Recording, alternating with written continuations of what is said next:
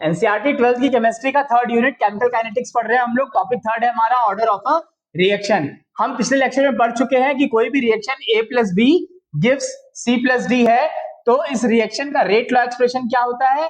Rate is equals to K, rate constant जिसे कहते हैं, multiplied by concentration of reactant A, उसका exponent X, और कंसंट्रेशन ऑफ B, उसका exponent Y. The sum of the exponents to which the concentration terms of the reactants are raised in the experimentally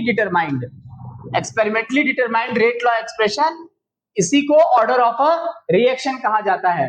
overall order of a reaction क्या होता है?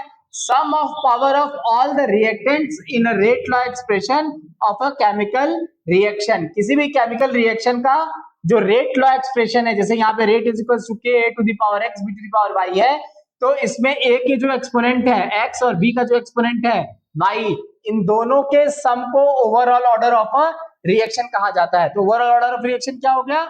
X plus Y, that is the exponents of the reactant terms in the rate law expression. अच्छा, दूसरी चीज क्या होती है? Order of reaction with respect to reactant A and order of reaction with respect to reactant B।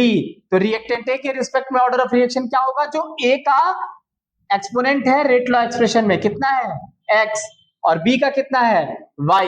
तो order of reaction with respect to reactant A is X and order of reaction with respect to reactant B is Y।